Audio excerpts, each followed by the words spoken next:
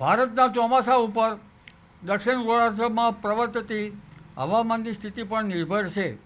આ વખતે નીનો 3.4 વિસ્તારમાં પેસિફિક મહાસાગરમાં લગભગ સમુદ્રનું નિયત તાપમાન હોવું જોઈએ તેના કરતાં વધી રહ્યું છે અને ઓગસ્ટમાં નિયત તાપમાન કરતાં 1.5 1.5 ડિગ્રી સેલ્સિયસ વધવાની શક્યતા રહે છે અને સપ્ટેમ્બરમાં તેની ઘાતક સ્થિતિ અનુભવાશે. સ્ટ્રોંગ અલનીનો બનશે. આવો સ્ટ્રોંગ અલનીનો 1972માં બન્યો હતો, ત્યારે લગભગ દુષ્કાળ જેવી સ્થિતિ હતી. પરંતુ ઘણી વખત હિન્દ મહાસાગર સાનુકૂળ રહે તો દુષ્કાળમાંથી લગભગ અસર ઓછી થતી હોય છે. આમ છતાં અલનીનોની ઘાતક સ્થિતિ તો ભારતના ચોમાસા ઉપર ચિંતાજનક તો છે જ.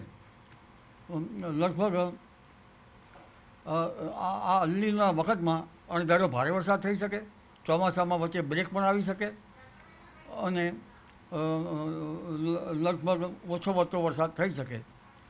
લગભગ કેટલાક ભાગમાં 86% વરસાદ, કોઈ ભાગમાં 88% વરસાદ, કોઈ ભાગમાં 90% વરસાદ, કોઈ ભાગમાં 92% વરસાદ અને કેટલાક ભાગમાં વરસાદની ખેંચ પણ રહી શકે.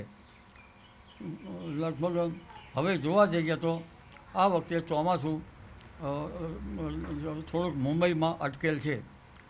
બંગાળના ઉપસાગરના પ્રવાહો અને અરબ સાગરના પ્રવાહો સાથે ચાલે તો ચોમાસું સારું આવે, પરંતુ આ વખતે બંગાળ ઉપસાગરના પ્રવાહો આગળ ચાલી રહ્યા છે અને અરબ સાગરના પ્રવાહો સાથે ચાલતા નથી. આવી સ્થિતિ થાય તો ચોમાસું સારું આવી શકે. આ ઉપરાંત એટમોસ્ફેરિક વેવ એમગેઓ આફ્રિકા તરફ આવે તો પણ કંઈક અંશે સારું રહી શકે. આ ઉપરાંત વેપાર વાયુ તો અલનીના કારણે આવે નહીં, કંઈક થોડી ઘણી અસર થાય. એટલે આપણું ચોમાસું છે દક્ષિણ અમેરિકા, ઓસ્ટ્રેલિયા અને લો પ્રેશર ઝોન સુધીમાં આવી માળાધારકાર ટાપુઓમાં થઈને પૂર્વ આફ્રિકામાં થઈને લગભગ દક્ષિણ ચીન સુધીના ભાગોમાં પ્રવર્તતી વરસાદની સ્થિતિ ઉપર પણ નિર્ભર છે. આ ચોમાસું તો અટક્યું છે, પરંતુ આજથી તારીખ 13થી 19માં ભારે પવનની ગતિ સાથે ગુજરાતના ઘણા ભાગોમાં મૃગશીર્ષ નક્ષત્રનો વરસાદ થવાની શક્યતા છે.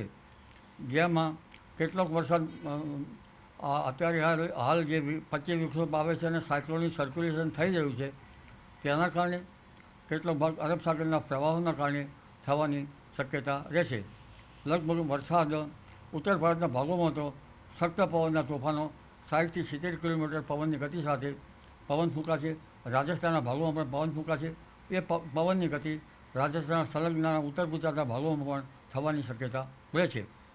એટલે તારીખ 14થી 19માં ગુજરાતના ભાગોમાં 35 આંચકાના પવન 35 કિલોમીટર, સામાન્ય પવન 25 કિલોમીટર અને ત્યાં 40 કિલોમીટર થઈ જવાની શક્યતા રહે બરાબર.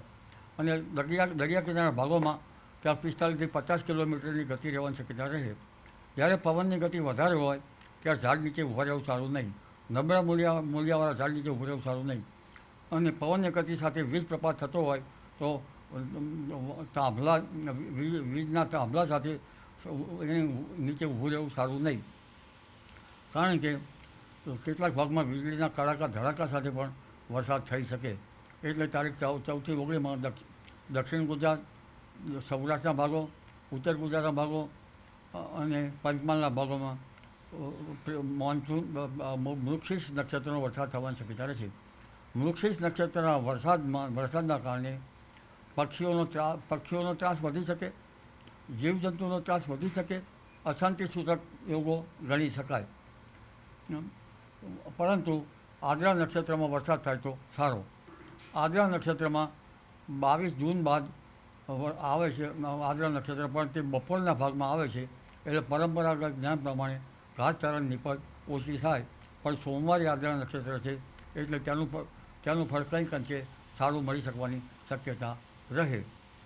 23 જૂનથી 26 જૂન વચ્ચે ગુજરાતમાં વરસાદ થવાની શક્યતા રહે. પુનઃ 27થી 29 જૂન વચ્ચે મુંબઈ, મહારાષ્ટ્રના ભાગોમાં ભારે વરસાદ થવાની શક્યતા રહે.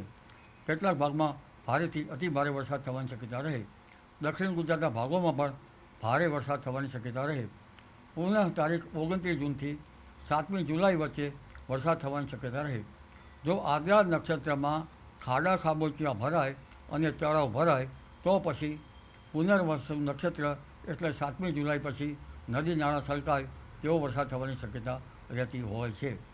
એટલે હવે લગભગ 23 જૂનથી 26 જૂન અને ત્યાર પછી કદાચ 27 જૂન સુધી વરસાદ રહી શકે અને 29 જૂનથી 7મી જુલાઈ સુધીમાં દેશના ઘણા ભાગોમાં વરસાદ થવાની શક્યતા રહે છે, જેમાં ગુજરાતના ભાગોમાં પણ વરસાદ થવાની શક્યતા રહે છે. એટલે ભારે વરસાદમાં આદ્રા નક્ષત્રમાં કેવો વરસાદ થાય છે તેની અસર ઉપરથી વૃશ્ચિક નક્ષત્રનું આકલન થશે.